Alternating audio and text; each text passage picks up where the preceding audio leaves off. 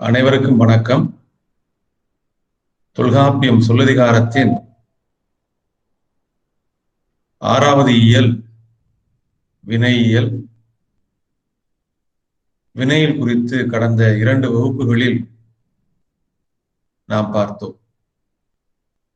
அந்த 2 வகுப்புகளிலும் தொல்காப்பியர் வினையியலில்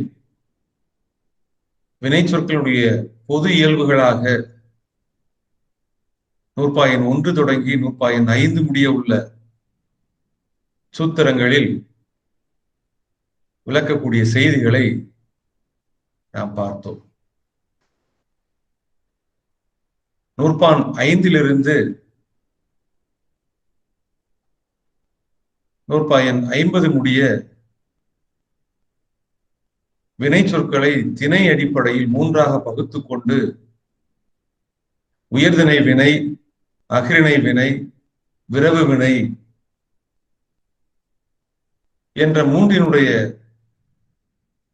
வரையறைகளை, அதனுடைய இயல்புகளை வினையியலில் தொல்காப்பியர் மிக விரிவாக எடுத்து பேசுகின்றார்.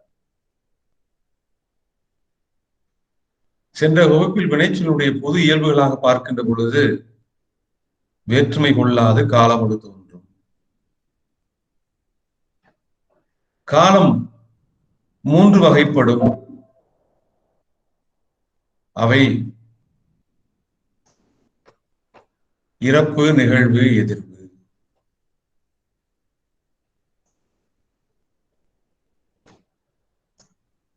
அம்முக்காலமும் தெரிநிலையாகவும் குறிப்பாகவும் காலத்தை உணர்த்தும். அங்கனம் தெரிநிலையாகவும் குறிப்பாகவும் முக்காலம் உணர்த்தக்கூடிய வினை சொற்கள் திணையின் அடிப்படையில் 3ஆக பகுத்து சொல்லப்படும். அவை உயர்திணை வினை, அஃறிணை வினை, 3ஆவதாக ஆயுதனைக்கும் ஓரன்ன உரிமை உடைய விரவு வினை என்பனவாகும். இந்த செய்திகள் முடிய நாம சென்ற வகுப்புல வினைச்சொல்லினுடைய பொது இயல்புகளாக பார்த்தோம். நூற்பாயின் 4 திணை அடிப்படையில் தொல்காப்பியர்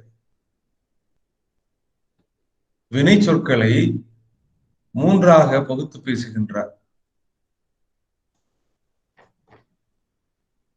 உயர்திணை வினை, அஃறிணை வினை, விரவு வினை என்று. இந்த 3 வினை சொற்களும் தெரிநிலையாகவும் குறிப்பாகவும் காலம் உணர்த்தும். ஆக 3 வினை சொற்களும் பொதுவான ஒரு இலக்கண கூரை பெற்று வருகிறது. என்ன இலக்கண கூரை? இந்த 3 வினை சொற்களும் காலம் உணர்த்தும் என்ற அந்த பொதுக்கூரை பெற்று வருகிறது.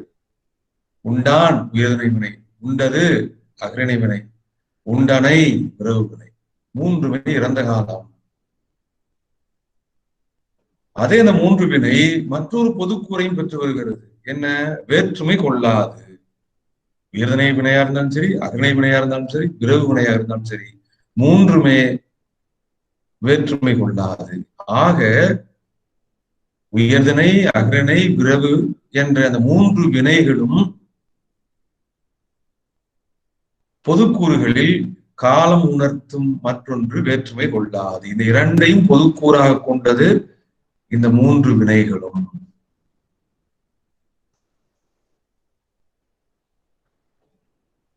இந்த 3 வினைகளுக்கும் பார்த்தீங்கன்னா தனித்த கூறுகளும் இருக்கின்றன. உயர்திணை வினையும் அஃறிணை வினையும் 2ற்குமான தனித்த கூறு என்ன, சிறப்பு கூறு என்ன என்று பார்த்தா திணைப்பால் எண் உணர்த்தும். உதாரணத்தில் பார்த்தோம்னா உண்டான் உயர்திணை வினை,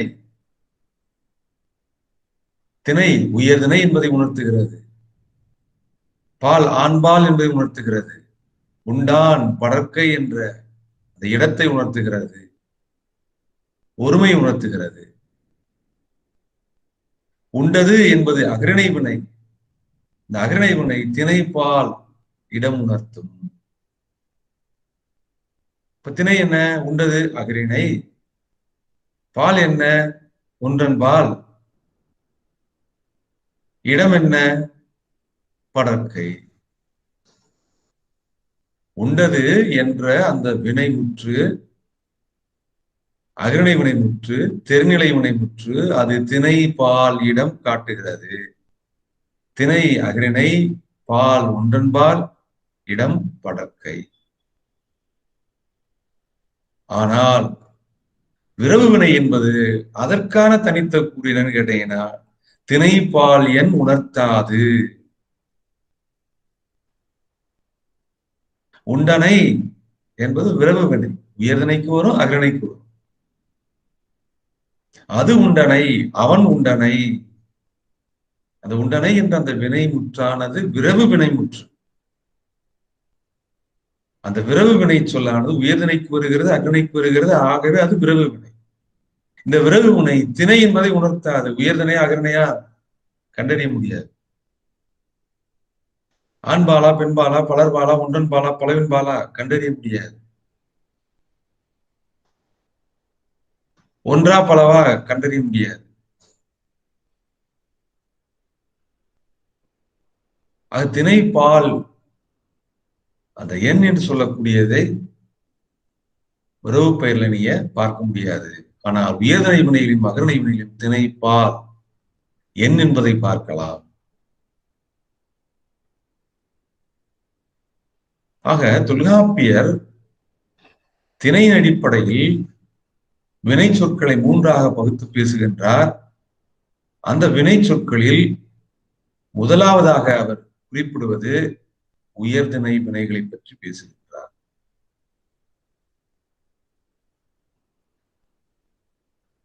உயர்தனைக்கு உரிமையும் அந்த நூற்பாடு சொல்லியிருப்பார் தொல்காப்பியர்.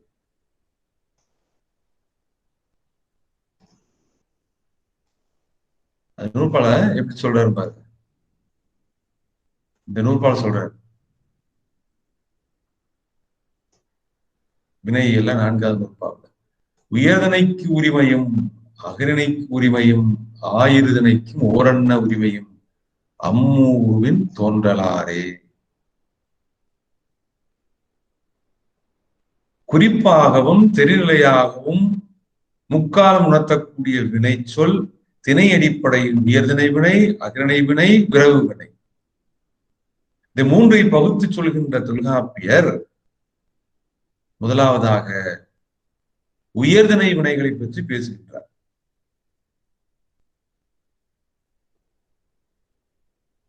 அந்த உயர்திணை வினைகளை பற்றி பேசுகின்ற பொழுது எப்படி பேசுகின்றார்? நம்ம இந்த குறிப்புல ஒரு படம் வரைஞ்சு காமிச்சிருக்கு. இந்த சுருக்கமாக தொல்காப்பியர் உயர்திணை வினைகளை பற்றி நூற்பாக்களில் சொல்லக்கூடிய செய்திகளை ஒரு சிறு வரப்படயத்தின் மூலமாக காமிச்சிருக்கேன். ஆக தொல்காப்பியர் திணை அடிப்படையில் வினை சொற்களை மூன்றாக பகுத்து பேசுகின்ற பொழுது முதலாவதாக குறிப்பிடுவது உயர்திணை வினை.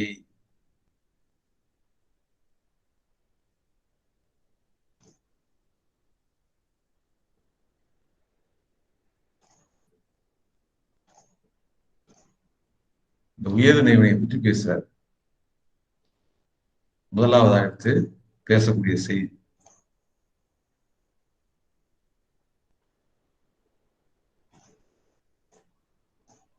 அந்த உயர்திணை வினை என்பது வினையிடத்து உயர்திணை உணர்த்த வரும் விகுதிகள். உயர்திணையை எது உணர்த்துகிறது? வினை சொல்ல விகுதிகள் உணர்த்துகின்றது. அந்த விகுதிகள் தான் உணர்த்துகின்றன. உயர்திணை வினை என்ற அந்த பொருண்மையை அந்த வினை சொல் எடுத்து வரக்கூடிய விகுதிதான் உணர்த்துகிறது.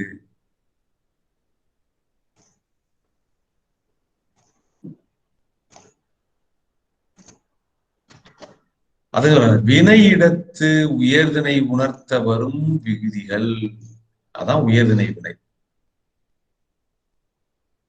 ஆக வினையிடத்து உயர்தனை உணர்த்த வரும் விகுதிகள் தான் உயர்தனை வினை. அந்த உயர்தனை வினையை இட அடிப்படையில் தொல்காப்பியர் இரண்டாக பகுத்து பேசுகின்றார். ஒன்று தன்மை விகுதி, இரண்டு படர்க்கை விகுதி என்று பேசுகிறார்.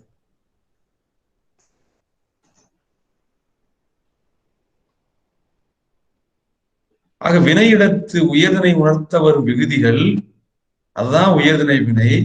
அந்த உயர்தனை வினையை இட அடிப்படையில் தன்மை விகுதிகள் என்றும் படர்க்கை விகுதிகள் என்றும், அந்த தன்மை விகுதிகளையும் தொல்காப்பியர் இரண்டாக பகுத்து பேசுகின்றார். ஒருமை விகுதிகள், பன்மை விகுதிகள். படர்க்கை விகுதிகளையும் இரண்டாக பகுத்து பேசுகின்றார். உயர்தனை, படர்க்கை, வினை விகுதிகள்.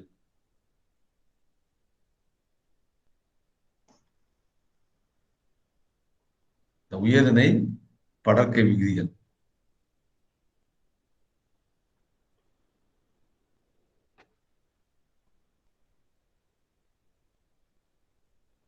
அந்த உயர்தனை படர்க்கை விகுதிகளை பால் அடிப்படையில் பாகுபடுத்துகின்ற பொழுது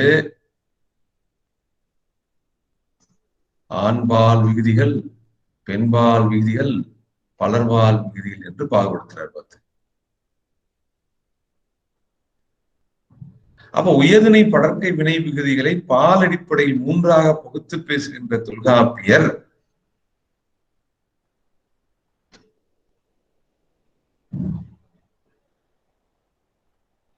முதல்ல எதை பற்றி பேசுறாருன்னா, உயர்தனை வினைகள்ல தன்மை வினை விகுதிகளை பற்றி பேசுகின்றார்.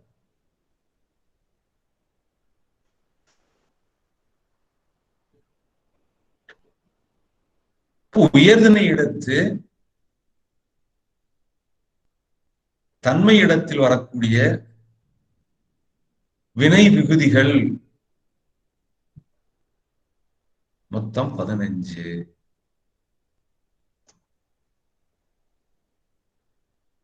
அந்த தன்மை இடத்தில் வரக்கூடிய 15 விகுதிகளையும்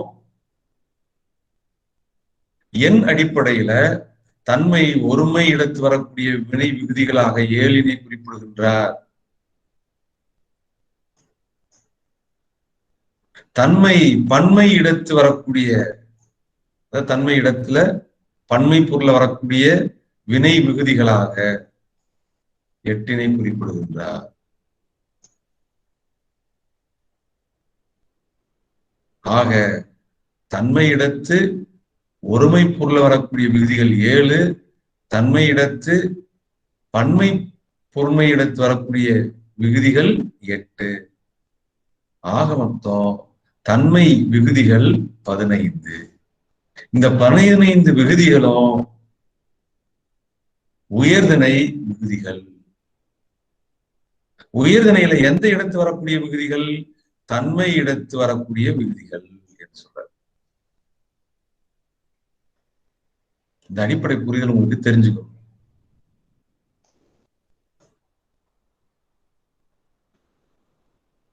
ஆக தொல்காப்பியர் என்ன சொல்றாரு? திணை அடிப்படையில வினை சொற்களை மூன்றாக பகுத்து பேசுகின்ற பொழுது முதலில் எடுத்த உடனே உயர்தனை வினைகளை பற்றி பேசுகின்றார். அந்த உயர்தனை வினைகளை இட அடிப்படையில்,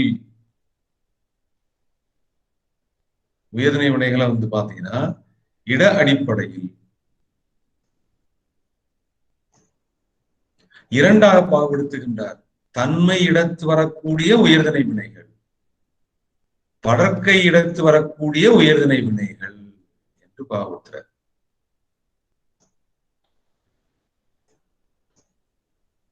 அப்ப உயர்தனை வினைகளை இட அடிப்படையில் தன்மை இடத்து வரக்கூடிய உயர்தனை வினைகள் என்றும், படர்க்கை இடத்து வரக்கூடிய உயர்திணை வினைகள் என்று இட அடிப்படையில் இரண்டாக பாகுபடுத்துறார் உயர்திணை வினைகளை.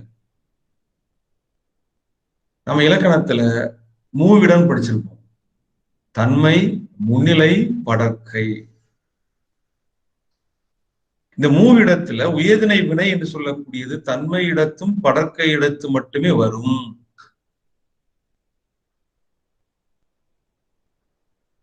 அப்படி என்றால் முன்னிலை விகுதி சார் கேட்கலாம். அந்த முன்னிலை விகுதிகள், அந்த முன்னிலை வினைமுற்றுக்கள் விரவு வினையில் வரக்கூடியவை. அது விரவு வினையில் நம்ம பார்க்கலாம். ஆக உயர்திணை வினைகளை இட அடிப்படையில் தன்மை உயர்திணை வினை என்றும் படர்க்கை உயர்திணை வினை என்றும் இரண்டாக பகுத்து பேசுகின்றார். அங்கனம் பகுத்து பேசுகின்ற பொழுது தன்மையில எண் அடிப்படையில வரக்கூடிய விகுதிகளாக ஒருமை இடத்து வரக்கூடிய விகுதிகள் 7 என்றும் பன்மை இடத்து வரக்கூடிய விகுதிகள் 8 என்றும் பாகுபடுத்துகின்றார். ஆக மொத்தம் உயர்திணையில தன்மை இடத்து வரக்கூடிய விகுதிகள் 15. அந்த 15 விகுதிகளையும் எண் அடிப்படை பகுத்து பேசுகின்ற பொழுது தன்மை ஒருமை எண்ணில் வரக்கூடியது 7, தன்மை பன்மை எண்ணில் வரக்கூடியது 8 என்று பேசுகின்றார்.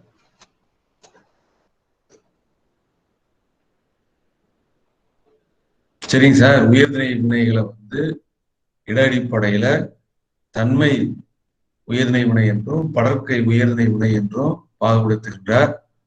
தன்மை உயர்திணை வினைகள் மொத்தம் 15. அந்த 15ஐயும் எண் அடிப்படையில் ஒருமைக்குரிய விதிகள் 7 என்றும் பன்மைக்குரிய விதிகள் 8 என்றும் பகுத்து பேசுகின்றார். அப்படி என்றால் படர்க்கை இடத்து வரக்கூடிய விகுதிகள் எவை? அதையும் தொல்காப்பியர் பேசியிருக்கின்றார். உயர்திணை படர்க்கை வினை விகுதிகள். உயர்திணை வினைதான், ஆனா படர்க்கை இடத்து வரக்கூடிய வினை விகுதிகள். அதை பால் அடிப்படையில் பேசுகின்றார்.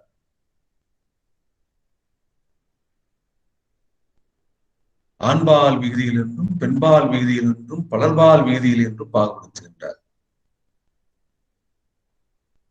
அப்படி பாகுபடுத்துகின்ற பொழுது உயர்திணை படர்க்கை வினை விகுதிகள் மொத்தம் பார்த்தீங்கன்னா 8 இருக்கும். ஆண்பால் விகுதிகள் 2, பெண்பால் விதிகள் 2, பலர்பால் விதிகள் 4.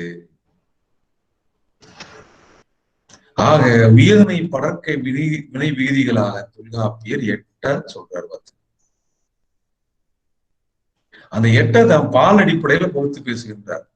ஆண்பால் விதிக்கு 2, பெண்பால் விதிக்கு 2, பலர்பால் விதிக்கு 4 என்று.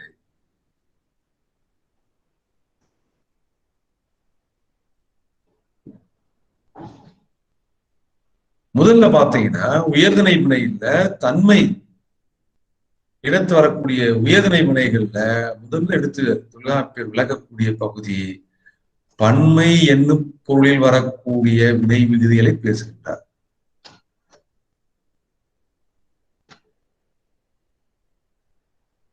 அவர் சொல்லக்கூடிய நூற்பா பாருங்க. இதான்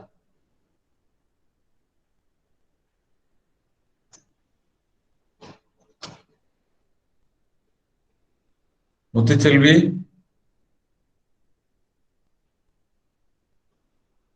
ஐயா வாசி இந்த நூற்பாவை.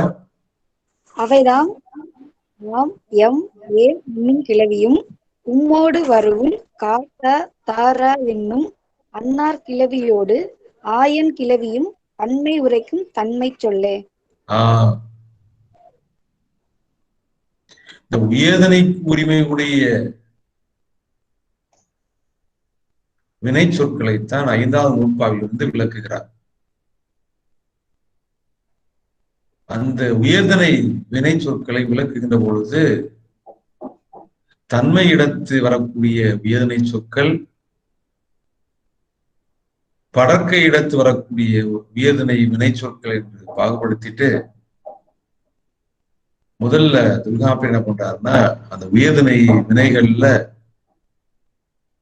தன்மை பன்மை இடத்து வரக்கூடிய வினை சொற்கள், வினை விகுதிகள் எவை என்பதை நூற்பயன் 5ல விளக்குகின்றார்.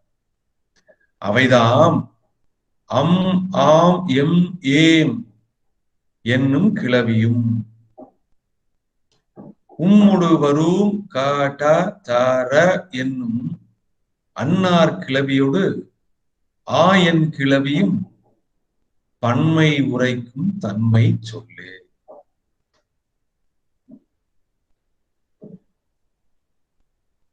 ரொம்ப அழகா சொல்லியிருப்பார் பார்த்து. கடைசி பாருங்க, பன்மை உரைக்கும் தன்மை சொல்லே. தன்மை பன்மை உரைக்கும் சொல்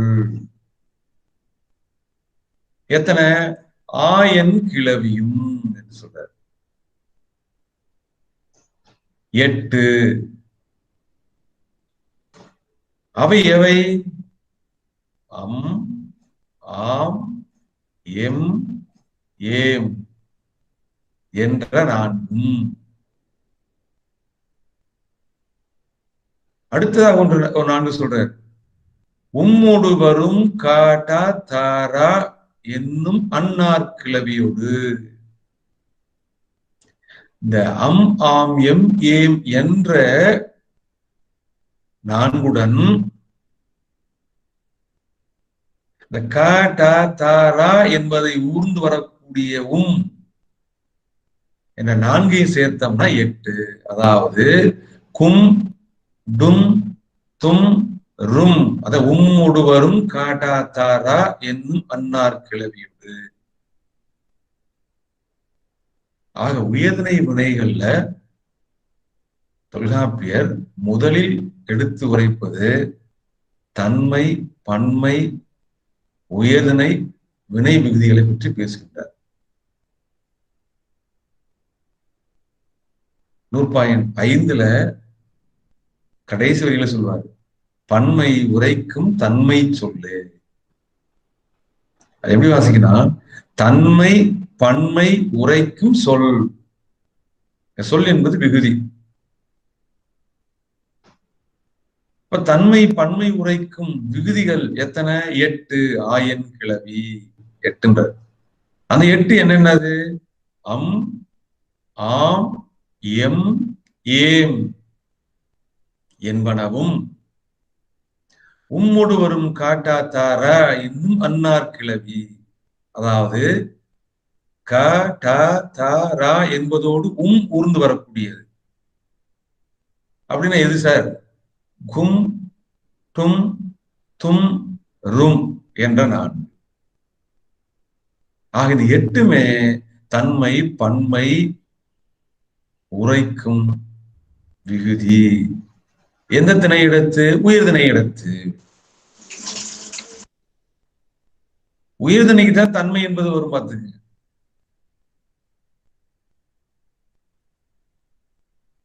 இப்ப பாருங்க, அந்த குறிப்புல பாத்தீங்கன்னா தெளிவா தெரியும். அப்போ உயர்திணை வினை இட அடிப்படையில தொல்காப்பியர் முதலில் எடுத்து பேசக்கூடியது தன்மையிடம். அந்த தன்மை இடத்துல பன்மை பொருள வரக்கூடிய விதிகள் 8 என்று குறிப்பிடுகின்றார். அந்த 8 என்னென்னது? அம், ஆம், எம், ஏம், கும், டும், தும், ரும். 8. இந்த 8 விகுதிகளும் பார்த்தீங்கன்னா தனித்து நின்று பொருள் தராது. ஒரு வினைச்சொல்லோடு சேர்ந்தது இருந்தா தன்மை பன்மை உணர்த்தும். பார்த்துங்க. அதனால முன்னாடி ஒரு கோடு போட்டிருப்பேன். அதுக்கு முன்னாடி ஒரு வினைச்சொல் வரும். ஆக உயர்திணையில தன்மை பன்மை இடத்து வரக்கூடிய விகுதிகள் 8. அவை அம், ஆம், எம், ஏம், கும், டும், தும், ரும். இந்த அம் என்பதற்கு எடுத்துக்காட்டு பாருங்க. யாம் உண்கின்றனம். ஆம் என்பதற்கு வரக்கூடிய உண்கின்றாம், உண்கின்றனம், அம் உண்கின்றாம், ஆம்ல முடியும். எம் உண்கின்ற நெம், ஏம் உண்கின்ற நேம், கும் உண்கும், டும் உண்டும், தும் வருதும், ரும் சேரும். இவையெல்லாம் ஆனது தன்மை, பன்மை, வினைமுற்று விகுதிகள். உயர்திணை இடத்து தன்மையில் பன்மை பொருள் உணர்த்தக்கூடிய விகுதிகள் 8.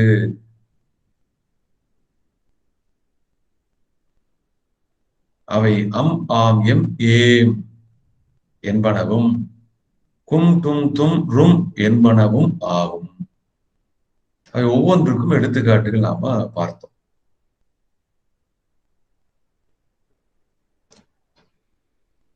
பாத்தீங்கன்னா தற்காலத்தில் அம், ஆம், எம், ஏம் என்று சொல்லக்கூடியது தற்காலத்தில்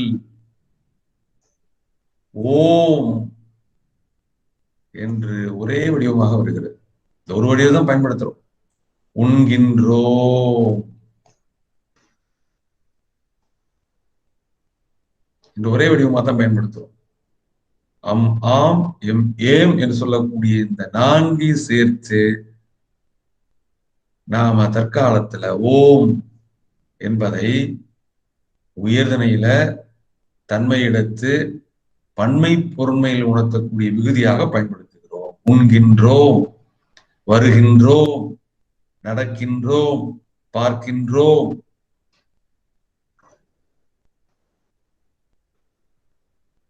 இறந்த காலமா இருந்தாலும் அதேதான். பார்த்தோம், உண்டோம், நடந்தோம். எதிர்காலமா இருந்தாலும் அதே ஓம் தான். உண்போம், நடப்போம், பார்ப்போம், தின்போம் என்று சொல்லக்கூடியது. ஆக தொல்காப்பியர் அவர் காலத்து மொழியை ஆய்வு செய்து சொல்கின்ற பொழுது இந்த உயர்திணை வினைகள்ல தன்மையிடத்து பன்மை பொருள்ல வரக்கூடிய விகுதிகளாக 8 விகுதிகளை 2ஆக பகுத்துக் கொண்டு சொல்கின்றார். அம், ஆம், எம், ஏம் என்று ஒரு பிரிவாகவும் கும், டும், தும், ரும் என்பதை மற்றொரு பிரிவாக பிரித்துக் கொண்டு 8 பன்மை விதிகளை பேசுகின்றார். உயர்திணையில தன்மை எடுத்து வரக்கூடியவையாக. அதுல பாத்தீங்கன்னா அம், ஆம், எம், ஏம் என்று சொல்லக்கூடிய இந்த 4 தற்காலத்துல ஓம் என்றுதான் வழங்கி வருகிறோம். அப்ப இந்த நூற்பாவிற்கு உரையாசிரியர் தருகின்ற விளக்கத்தை படித்து பார்த்தீங்கள் என்று சொன்னீங்கன்னா மிக ஆச்சரியமான சில விளக்கங்கள்லாம் நமக்கு கிடைக்கும். பார்த்துங்க எப்படி அவர்கள் மொழியை பகுப்பாய்வு செய்திருக்கின்றார்கள். உதாரணத்திற்கு பாருங்க, சேனாவரையர் எழுதுறார். பார்த்து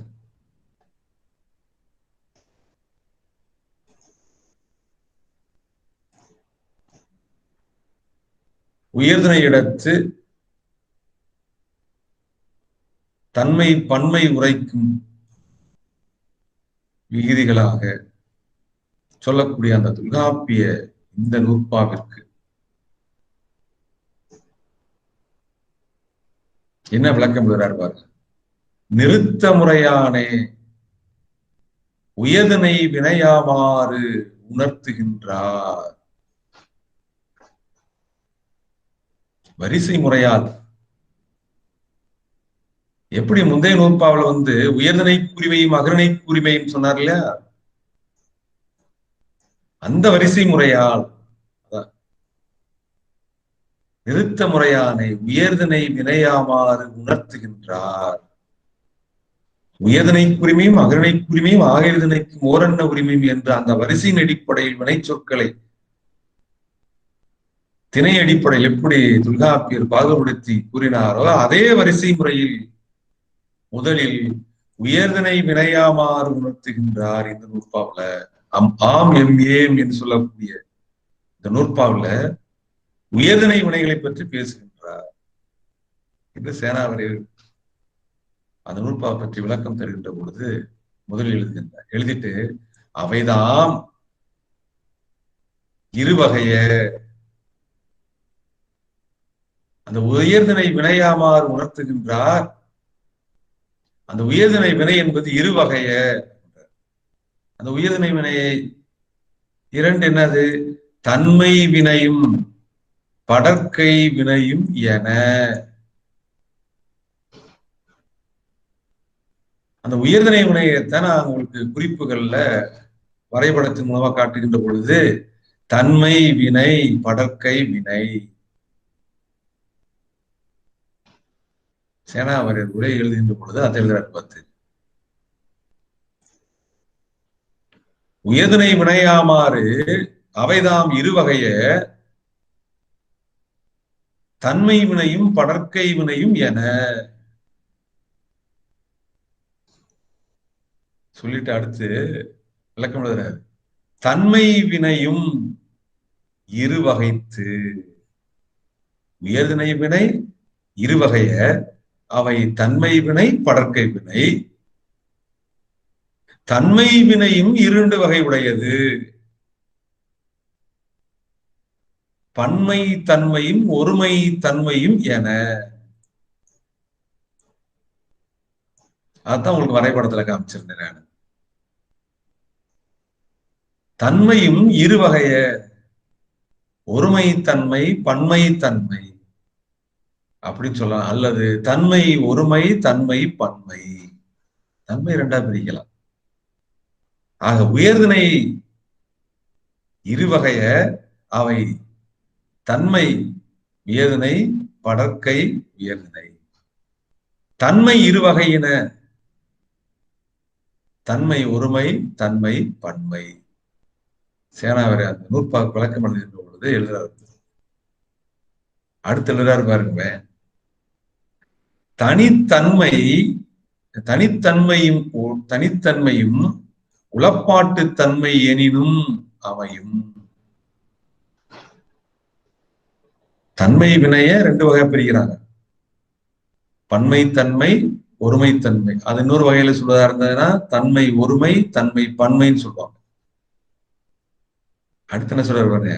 தனித்தன்மையும் உளப்பாட்டு தன்மையும் எனினும் அமையும்.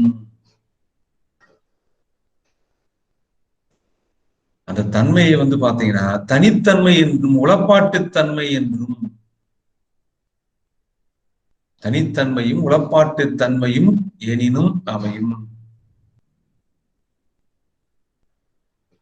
இச்சூத்திரத்தால் பன்மை தன்மை உணர்த்துகின்றார்.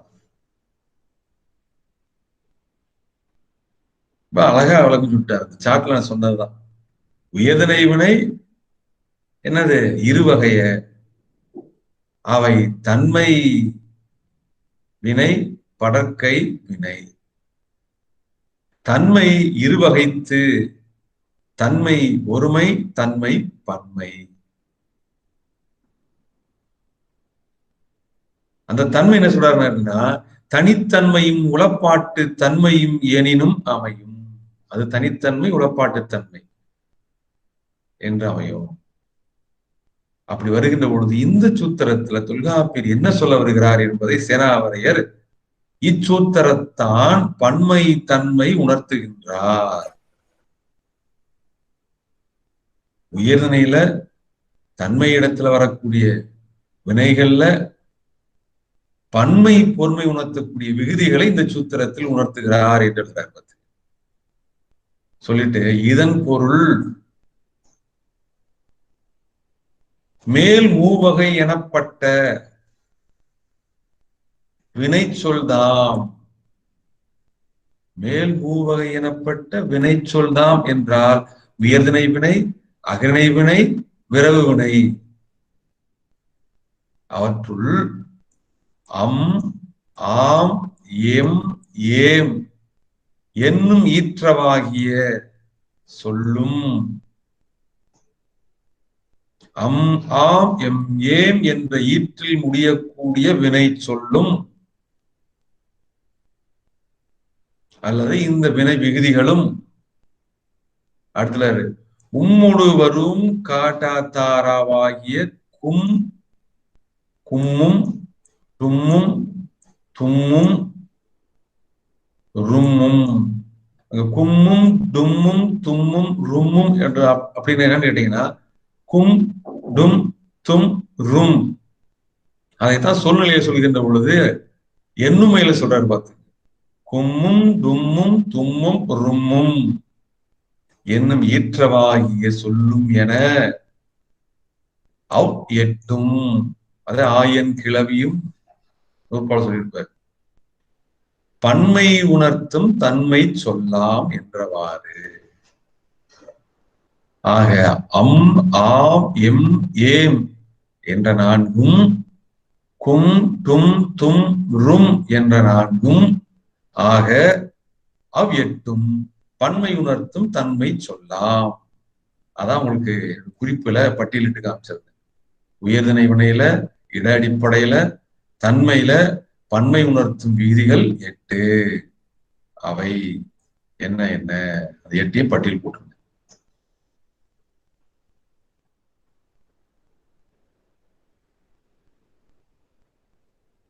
அடுத்த எழுதுறாரு பாருங்க, அது விலங்கு எழுதுறப்ப எழுதுவார்.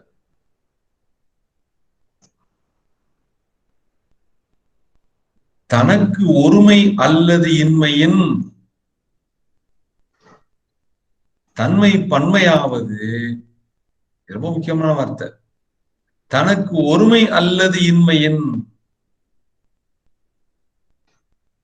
தன்மை பன்மையாவது தன்னோடு பிறரை உளப்படுத்ததேயாம்.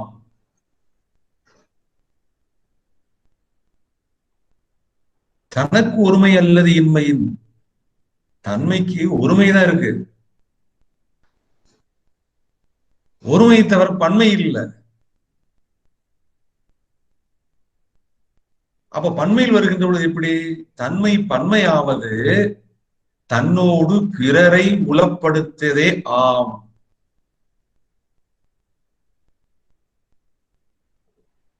தன்மை பன்மை என்பது தான் என்பவன் அது ஒருத்தன் தான் புரியுங்க. அது பன்மை எப்படி சொல்ல முடியாது. தனக்கு ஒருமை அல்லது இன்மையின், தனக்கு ஒருமையை தவிர வேறு இல்லை என்பதனால் தன்மை பன்மை என்பது என்னன்னு கேட்டீங்கன்னா, தன்னோடு பிறரை உளப்படுத்ததே ஆம். பிறரை யாருன்னா முன்னிலையில் இருப்பவரை, படற்கரையில் இருப்பவரை உளப்படுத்தி நம்ம பேசுகின்றோம்ல, அதுதான் தன்மை பன்மை என்று அந்த தன்மை பன்மை என்ற அந்த கலை சொல்லுக்கு விளக்கம் தருகிறார். தனக்கு ஒருமை அல்லது இன்மையின், ஆக அப்படி இருமை ஒருமையை தவிர வேற இல்லைன்னா அப்ப தன்மை பன்மைன்னு சொல்லி எதை சொல்றாரு அப்படின்னா, தன்மை பன்மையாவது தன்னோடு பிறரை உளப்படுத்ததே ஆம். தன்னோடு தனக்கு முன்னே இருக்கக்கூடிய முன்னிலையையும் தனக்கு தூரத்தில் இருக்கக்கூடிய படற்கையும் உளப்படுத்தி சொல்லக்கூடியதான் தன்மை பன்மை என்று சொல்லப்படுவது. அதைத்தான் அந்த நூற்பாளர் பேசுறாரு பார்த்து.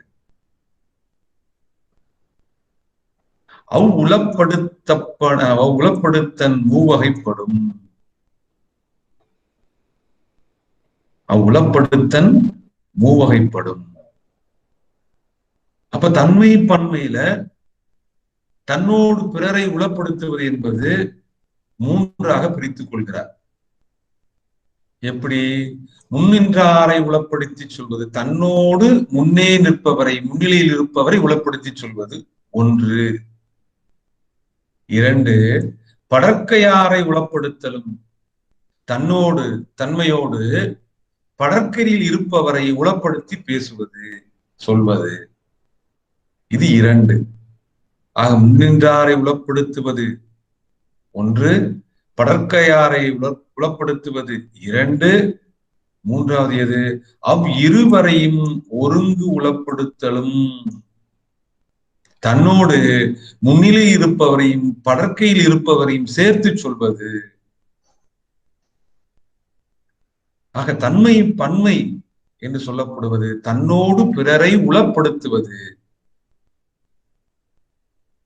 அப்படி உளப்படுத்தி சொல்கின்ற பொழுது என்னென்ன விகுதிகள் வரும்? இந்த 8 விகுதிகளும் வரும். அம் ஆம் எம் ஏம் கும் டும் தும் ரும் என்று சொல்லக்கூடிய அந்த தன்மை பன்மை விகுதிகள் வரும். இப்ப தன்மைனா அது ஒருமைக்கு அல்லது வேற இல்ல. அப்ப தன்மை பன்மை எதை உணர்த்துகிறார்? தன்னோடு முன்னிலையில் இருப்பவரையோ தன்னோடு படற்கையில் இருப்பவரையோ தன்னோடு முன்னிலையிலும் படற்கையிலும் இருப்பவரையோ உளப்படுத்தி பேசுவதுதான் தன்மை பன்மை என்று சொல்லக்கூடியது. இந்த 3 உளப்படுத்தலையும் விளக்கக்கூடிய உயர்தனை தன்மை பன்மை விகுதிகள் எத்தனைன்னா 8 சொல்றார். அது 8மே இந்த 3 பொன்மையில தான் தன்மை பன்மையில வருகிறது என்று எழுதுகிறார்.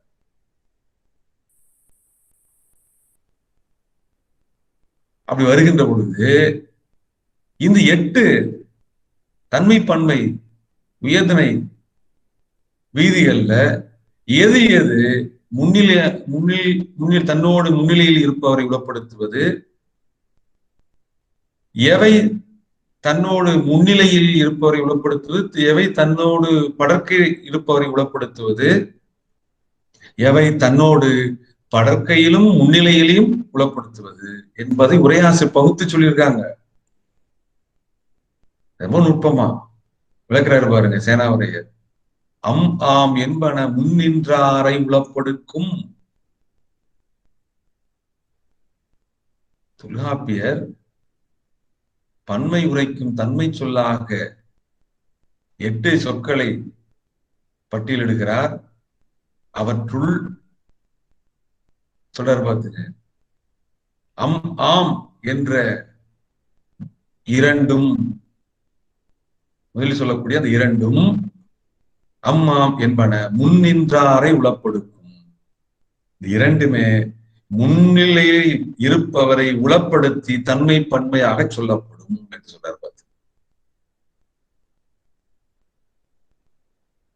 இப்போ உதாரணத்துக்கு பாத்தீங்கன்னா நம்ம அந்த குறிப்பின் வழியாக காட்டிய அட்டவணையில் தெரிஞ்சுக்கலாம்.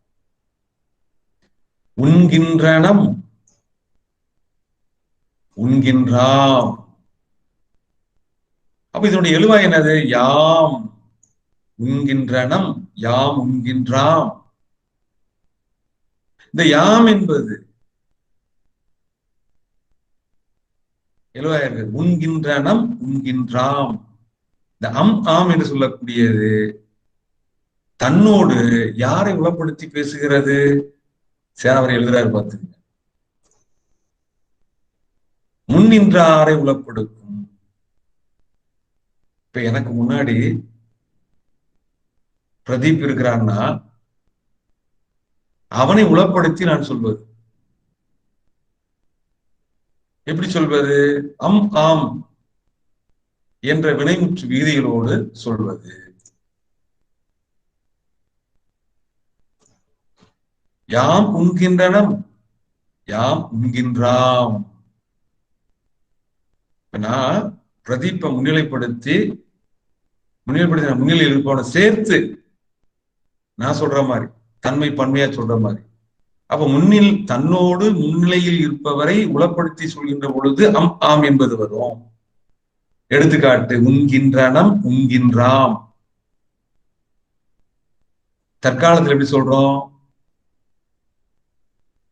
யாம் உண்கின்றோம். முன்னிலையில் இருப்பவரை வைத்துக் கொண்டு நம்ம சொல்வதுனா உண்கின்றோம் எல்லாமே ஒரே மாதிரி பயன்படுத்துறோம். ஆனா தொல்காப்பியருடைய காலத்துல நாம் ஆம் என்பதை முன்னிலையில் இருப்பவரை தன்னோடு உளப்படுத்தி சொல்கின்ற பொழுது பயன்படுத்தக்கூடியது என்று சேனாவரையர்கள் விளக்கம் பெறுகின்றார். அதே மாதிரி பாருங்க,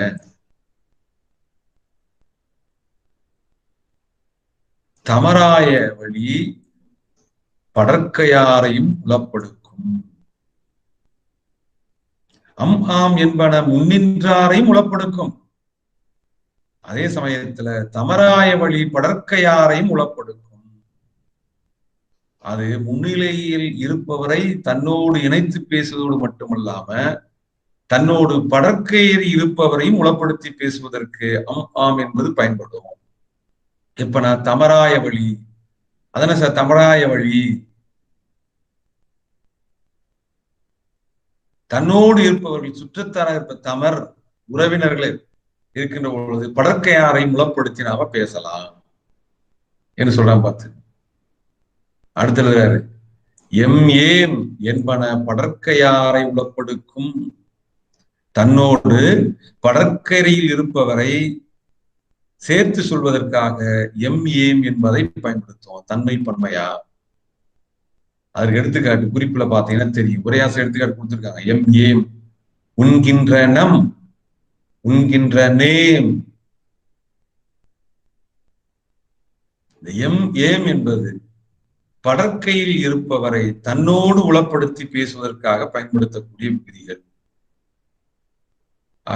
ஆம் என்பது முன்னின்றாரை தன்னோடு உளப்படுத்தி பேசுவது என்ற பொழுதும் தமராய வழி படற்கையாரையும் சேர்த்து பேசலாம்.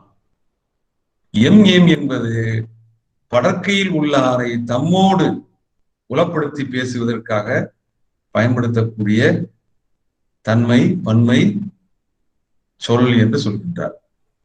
அடுத்ததாக உம்மோடு வரும் காட்டாத்தாரா இருவரையும் ஒருங்கு உளப்படுத்தலும் தனித்தனி உளப்படுத்தலும் உடைய. அப்ப நான்குல பாத்தீங்கன்னா ஆம் ஏம் என்று சொல்லக்கூடிய இந்த நான்கு தன்மை பன்மை உயர்திணை விகுதிகள்ல ஆம் என்பது முன்னின்றாரை உளப்படுத்தும். தன்னோடு முன்னின்றாரை உளப்படுத்துகின்ற பொழுது வரக்கூடியது. மேலும் தமராய வழி படற்கையாரை உளப்படுத்துவதற்கு ஆம் என்பது வரலாம் என்று குறிப்பிட்டிருந்தார். ஏம் என்று சொல்லக்கூடிய இரண்டு தன்மை பன்மை உரைக்கும் சொல்லானது தன்னோடு படற்கையில் உள்ளவரை உளப்படுத்துகின்ற போது வரக்கூடியது. எஞ்சியத நான்கு கும் தும் தும் ரும் என்ற நான்கும் இருவரையும் யாரு முன்னிலையில் இருப்பவரையும் படற்கையில் இருப்பவரையும் தன்னோடு உளப்படுத்தி சொல்வதற்காக வரக்கூடியது. இருவரையும் ஒருங்கு உளப்படுத்தி ரெண்டு பேரையும் சேர்த்து முன்னிலையில் இருப்பவரையும் படற்கையில் இருப்பவரையும் ஒன்றாக சேர்த்து ஒருங்கு உளப்படுத்தலும் தனித்தனி உளப்படுத்தலும் உடைய என்று சொல்றாரு பார்த்து. அப்ப என்ன சொல்றாருன்னா இந்த நான்கியம் பாத்தீங்கன்னா தன்னோடு பிற இடத்து பெயர்களான முன்னிலை படற்கை இந்த இரண்டையும் உளப்படுத்தி சொல்கின்ற பொழுதுதான் அது தன்மை பன்மையாக மாறும் என்று சொல்றாரு பார்த்தீங்கன்னா. அதான் தன்மை பன்மையாவது தன்னோடு பிறரை உளப்படுத்துதல். அந்த பிறரை உளப்படுத்துதல் என்பது மூன்று வகைப்படும். ஒன்று முன்னின்றாரை தன்னோடு முன்னிலையை உளப்படுத்துவது. இரண்டு தன்னோடு படற்கையை உளப்படுத்துவது. மூன்று தன்னோடு முன்னிலையையும் படற்கையும் உளப்படுத்தி பேசுவது. அதான் தன்மை பன்மை.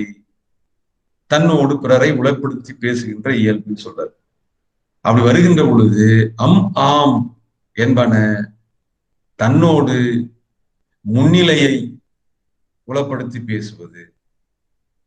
சில இடத்து சுற்றத்தார் வருகின்ற பொழுது படற்கையாரை புலப்படுத்தி பேசுவதற்காக ஆம் என்பது வரும். ஏம் என்பன தன்னோடு படற்கையில் இருப்பவரை உளப்படுத்தி பேசுகின்ற இடத்து வரும். எஞ்சிய நான்கும் கும் தும் தும் ரும் என்று சொல்லக்கூடிய இந்த நான்கும் மூன்றையும் ஒருங்கு உளப்படுத்தலும் தனித்தனி உளப்படுத்தலும் உடைய என்று சொல்றாரு பார்த்து. நீ அந்த இதை அட்டவணை பார்த்தீங்கன்னா தெரியும் உங்களுக்கு. நான் குறிப்புல சொல்லியிருப்பேன். இந்த தன்மை பன்மை என்று சொல்லப்படுவது என்ன? அந்த தன்மை பன்மை என்பதான் உளப்பாட்டு தன்மை பன்மை. இந்த உளப்பாட்டு தன்மை பன்மைனா என்ன? சேனாவர்களை கொடுத்துப்பார்.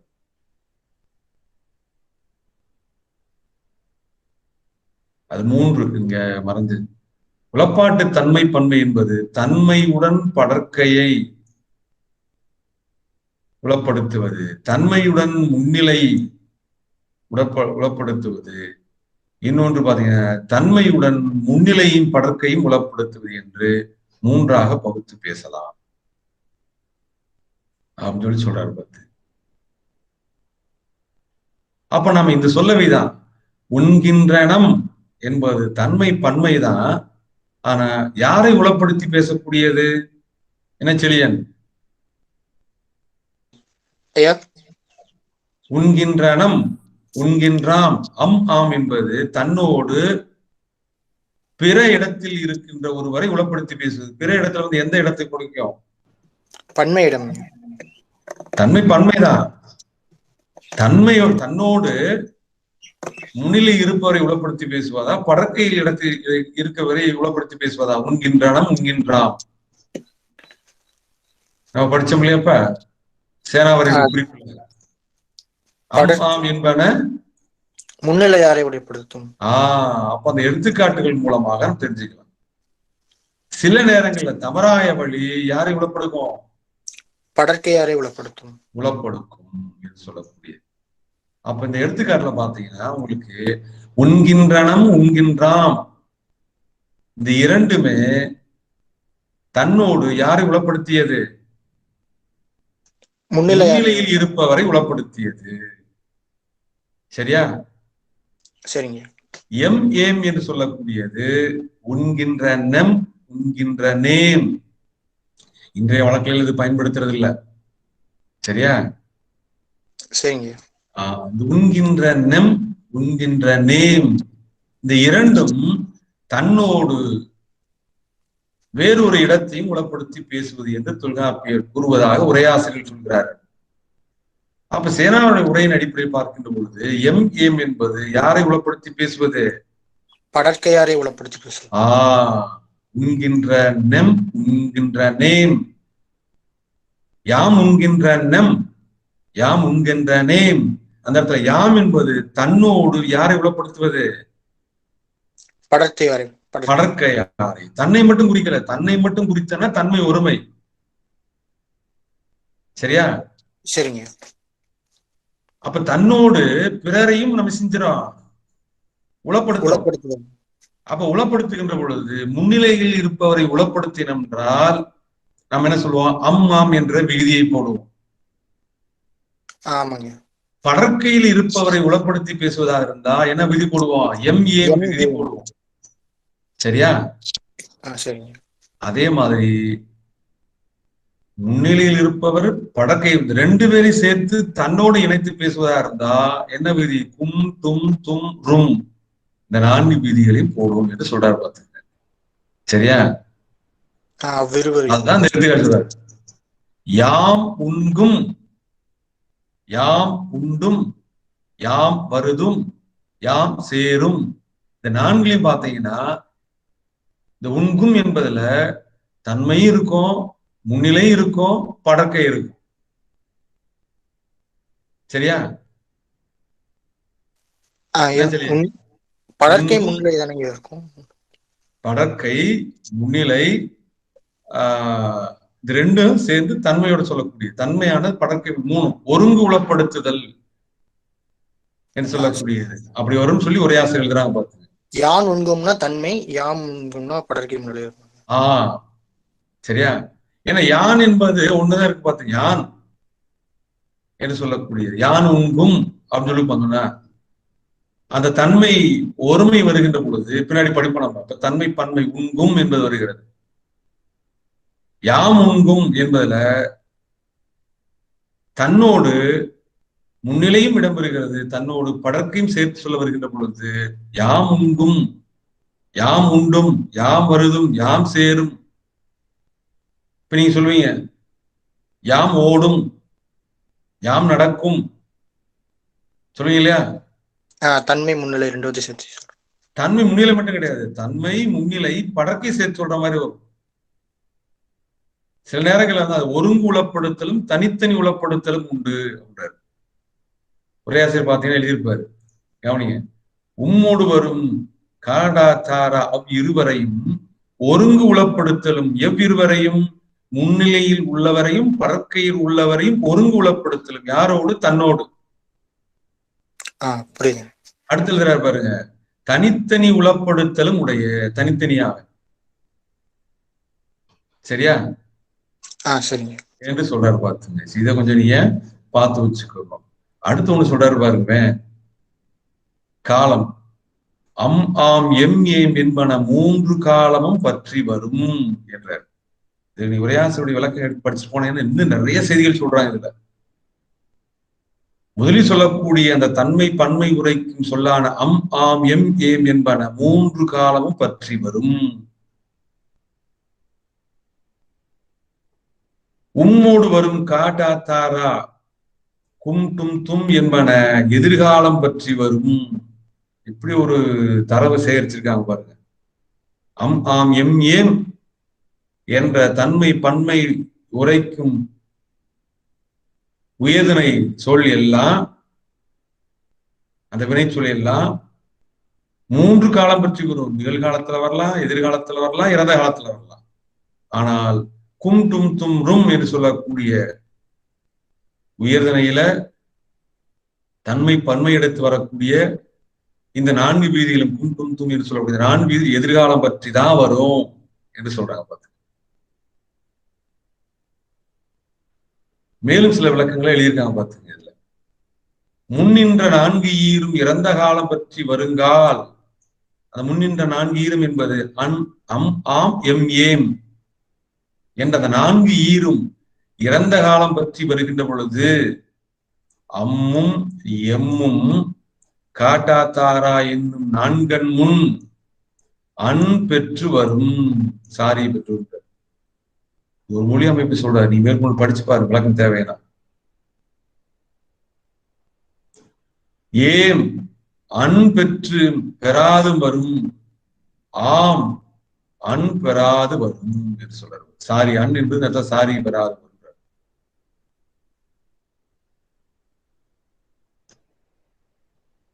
நீங்க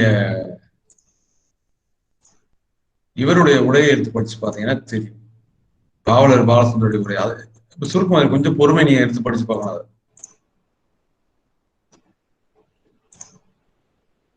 எழுதியிருப்பார் வந்து இது மாதிரி பாவலருடைய பாலச்சந்தருடைய உரை வந்து வெர்ச்சுவல் யூனிவர்சிட்டியில இருக்குது, நீ எடுத்து படிச்சு பாருங்க. அதுல அம் ஆம் எம் ஏம் என்னும் கிளவி உம்மோடு வரும் காடா தாரா என்னும் அந்நாற்கிழவியோடு ஆயன் கிளவி பன்மை உரைக்கும் தன்மை சொல்லே. ஒவ்வொன்றா எழுதிட்டு வருவார் பார்த்து.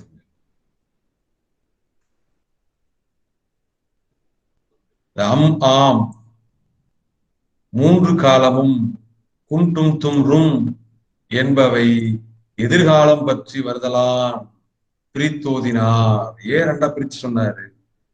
அது மூன்று காலம் பற்றி வரக்கூடியது, இது எதிர்காலம் பற்றி வரக்கூடிய. ஆகவே அம் ஆம் எம் என்று ஒரு பிரிவாகவும் கும் டும் தும் ரும் என்பதை மற்றொரு பிரிவாகவும் பிரித்தோதினார் என்று பாலசுந்தரம் அவர்கள் தொல்காப்பியை பிரித்து சொல்வதற்கு ஒரு காரணத்தை சொல்கின்றார்.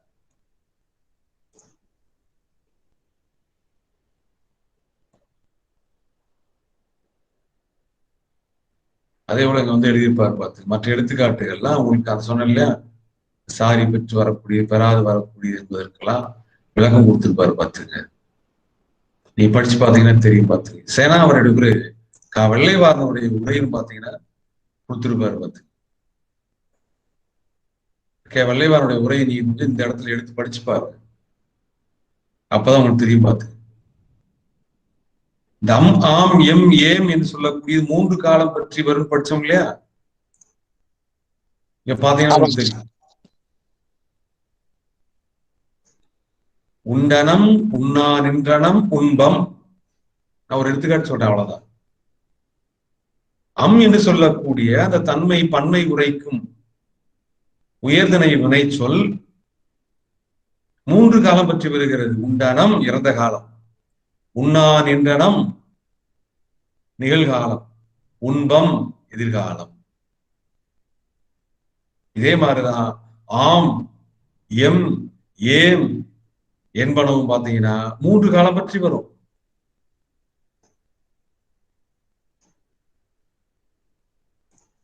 பாத்தீங்கன்னா உண்டாம், சரியா? இங்க வரும் பார்த்து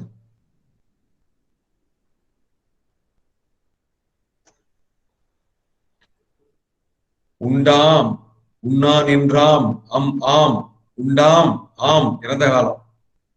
ஆம் விகுதி இறந்த காலத்துல வந்து, அதாவது இறந்த காலம் உணர்த்தக்கூடிய இடத்துல வந்துருக்கு. உண்டாம் இறந்த கால வினை முற்றல. உண்ணா நின்றாம் நிகழ்காலம். உண்பாம் அது வரணும், உண்பாம் அப்படின்னு சொல்லக்கூடியது.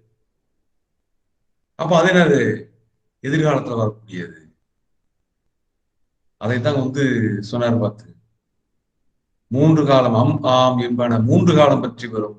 கும் தும் தும் ரும் என்பது எதிர்காலம் பற்றி வரும் என்று சொல்லக்கூடியது சொன்னார் பார்த்துங்க. எக்கில் எழுதியிருப்பார். உண்டனம், உண்டாம், உண்டனம், உண்டே. இந்த 4 பாருங்க. அம், ஆம், எம், ஏம் இறந்த காலம் பற்றி வந்தது. யாம் உண்டனம், யாம் உண்டாம், யாம் உண்டனம், யாம் உண்டேம்.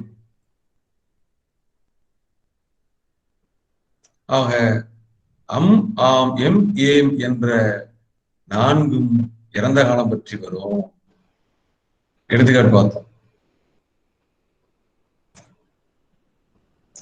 உண்டனம், உண்கின்றனம், உண்பம் இறந்த காலம், நிகழ்காலம், எதிர்காலம்.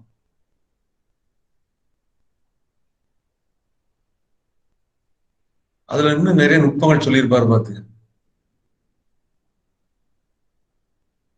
நம் ஆம் என்று சொல்லக்கூடியது வருகின்ற பொழுது சேனாவரை சொல்லியிருப்பாருங்க.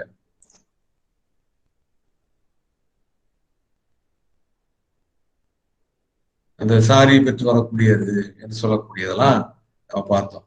முன்னின்ற 4 இறந்த காலம் பற்றி வருங்கால் அம்மும் எம்மும் காட்டாத்தாரா என்னும் 4 முன் அன் பெற்று வரும். முன்னின்ற 4 நக்கணம், உண்டனம், அம்.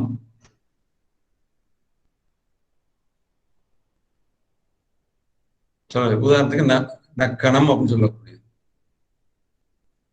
எழுதப்ப என்ன சொல்றாரு? இறந்த காலம் பற்றி வருங்கால் அம்மும் எம்மும் காட்டாத்தாரா என்னும் 4 முன் நக்கணம் அம், நக்கணம் எம், காட்டாத்தாரா என்னும் 4 முன் காமுன் இந்த அம் வருகிறது. நக்க காமுன் எம் வருகிறது. உண்ட டாமுன் எம் வருகிறது, அம் வருகிறது. உண்டனம் டாமுன் எம் வருகிறது. ஒரு எடுத்துக்காட்டு பாருங்க. நக்கணம் என்பதுல காமுன் அம் வருகின்ற பொழுது அது என்னது? அம், அம்மும் எம்மும் நக்கணம் எம், காட்டாத்தாரா என்னும் 4 முன் அன் பெற்று வரும். இந்த நக்கணம் என்பதை நகு கூட்டல் அம் என்றுதான் பிரிப்போம். அப்படி வருகின்ற பொழுது சேர்த்து நக்கணம் வருகிறது. அப்ப அந்த கா என்று வருகின்ற பொழுது அந்த இடத்துல அன்சாரி பெற்று வருகிறது. நகு கூட்டல் அன் கூட்டல் அம். உண்டனம்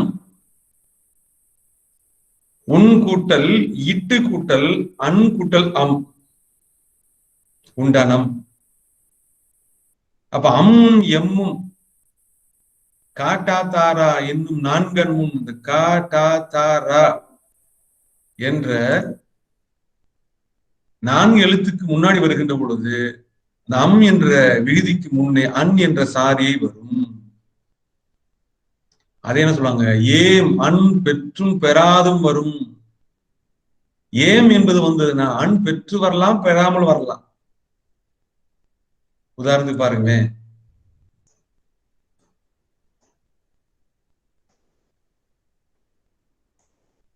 இதோட வகுப்பு முடிச்சுக்கிறேன்.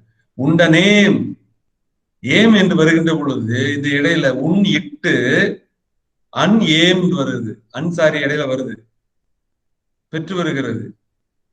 அதுவே ஏம் உண்டேம் என்று வருகின்ற பொழுது இந்த இடத்துல அன்சாரி பெறாமல் வருகிறது. அப்ப ஏம் என்ற அந்த தன்மை பன்மை உயர்திணை வினை விகுதி வருகின்ற பொழுது அன்சாரி பெற்று வரலாம், பெறாது வரலாம். எடுத்துக்காட்டு உண்டனேம், உண்டேம். இன்னொரு எடுத்துக்காட்டு பாத்தீங்கன்னா, சரி, உரைத்தனம் உரைத்தனேம் அன்சாரி பெற்று வருகிறது, உரைத்தேம் அன்சாரி பெறாமல் வருகிறது. நிறைவாக இந்த ஆம் அன் பெறாது வரும். ஆம் என்று வருகின்ற பொழுது சாரி இல்லாமலே வரும். பார்த்துங்க, உதாரணத்துக்கு இங்க பாருங்க, நக்காம், நகு கூட்டல் ஆம், அது எப்படி மாறுது, நக்கு கூட்டல் ஆம் இஸ் ஈக்வல் டு நக்காம். அங்க அன்சாரியுமே கிடையாது. உண்டாம், ஆம் என்று வருகின்ற பொழுது அன்சாரி வரவே வராது. உன் கூட்டல் இட்டு கூட்டல் ஆம் உண்டாம். உரைத்தாம், ஆம் என்று வருகின்ற பொழுது அன்சாரியே கிடையாது. தின்றாம், ஆம் சாரி வருகின்ற பொழுது அன்சாரியே கிடையாது. ஆக தொல்காப்பியர் திணையின் அடிப்படையில் வினை சொற்களை பாகுபடுத்துகின்ற பொழுது உயர்திணை வினை என்றும் அகழை வினை என்றும் விரவு வினை என்றும் 3ஆக பகுத்து முதலாவதாக உயர்திணை வினைகளை பற்றி பேசுகின்றார். அந்த உயர்திணை வினையை இட அடிப்படையில் தன்மை வினை என்றும் படற்கை வினை என்றும் 2ஆக பாகுபடுத்தி தன்மை உயர்திணை வினையை ஒருமை வினை என்றும் பன்மை வினை என்றும் 2ஆக பாகுபடுத்தி முதலில் உயர்திணை வினையில் தன்மை இடத்து பன்மை பொருள் வரக்கூடிய விகுதிகளாக அம் ஆம் எம் ஏம் ஒம் ஓம் அம் ஆம் எம் ஏம் கும் தும் தும் ரும் என்ற 8 குறிப்பிடுகின்றார். அப்படி குறிப்பிடுகின்ற பொழுது அங்கு தன்மை பன்மை என்று குறிப்பிடுவது உளப்பாட்டு தன்மை என்ற பொருளில். உளப்பாட்டு தன்மை என்று வருகின்ற பொழுது தன்மையோடு முன்னிலையரை உளப்படுத்துவது ஒன்று, தன்மையோடு படற்கையாரை உளப்படுத்துவது 2, தன்மையோடு முன்னிலை படற்கை இருவரையும் உளப்படுத்துவது என 3 அடிப்படையில் பார்க்கலாம். அதன் அடிப்படையிலும் இந்த 8 விகுதிகளையும் பாகுபடுத்துகின்றார். அம் ஆம் என்பது முன்னிலையாரை தன்னோடு உளப்படுத்தி பேசுவது, எம் ஏம் என்பது படற்கையாரை தன்னோடு உளப்படுத்தி பேசுவது, கும் டும் தும் ரும் என்பது படற்கையாரை முன்னிலையாரை தனித்தனி உளப்படுத்தி பேசுவதும் இருவரையும் ஒருங்க வைத்து உளப்படுத்தி பேசும் இடத்தும் வரக்கூடியது என உரையாசிரியர்கள் விளக்கம் தருகின்றார்கள். அதே நேரத்தில் இந்த 8 தன்மை பன்மை உயர்திணை விகுதிகளும் வினைமுற்றோடு வருகின்ற பொழுது இன்சாரி பெற்று வரக்கூடிய விகுதிகள் எவையவை, இன்சாரியை பெற்றும் பெறாது வரக்கூடிய விகுதிகள் எவையவை, இன்சாரியை பெறாது வரக்கூடிய விகுதிகள் எவையவை என்பதையும் உரையாசிரியர்கள் தங்களுடைய விளக்கத்தில் விளக்கிச் செல்வதை நாம் சில எடுத்துக்காட்டுகள் மூலமாக பார்த்தோம். அது மட்டுமல்லாமல் இந்த 8 தன்மை பன்மை உரைக்கும் சொல்கள் அம் ஆம் எம் ஏம் என்ற 4ம் இறந்த காலம் மட்டுமல்லாமல் நிகழ்காலம் எதிர்காலம் என்ற முக்காலம் பற்றி வரக்கூடியவை. கும் டும் துரும் தும்ரும் என்று சொல்லக்கூடிய அந்த நான்கும் எதிர்காலம் பற்றி மட்டும் வரக்கூடியவை என்று உரையாசிரியர் தங்களுடைய உரை நுட்பத்தின் மூலமாக விளக்கிய செய்திகளை நாம் பார்த்தோம். அடுத்த வகுப்பில் உயர்திணை வினையில் இட அடிப்படையில் தன்மை ஒருமை எடுத்து வரக்கூடிய வினை விகுதிகளாக தொல்காப்பியர் 7 விகுதிகளை குறிப்பிடுகின்றார். அவை குறித்து செய்திகளை உரையாசனுடைய உரை விளக்கங்களோடு நாம் பார்க்கலாம். இத்துடன் இன்றைய வகுப்பு நிறைவடைகிறது. அடுத்த வகுப்பில் மீண்டும் சந்திப்போம். நன்றி, வணக்கம்.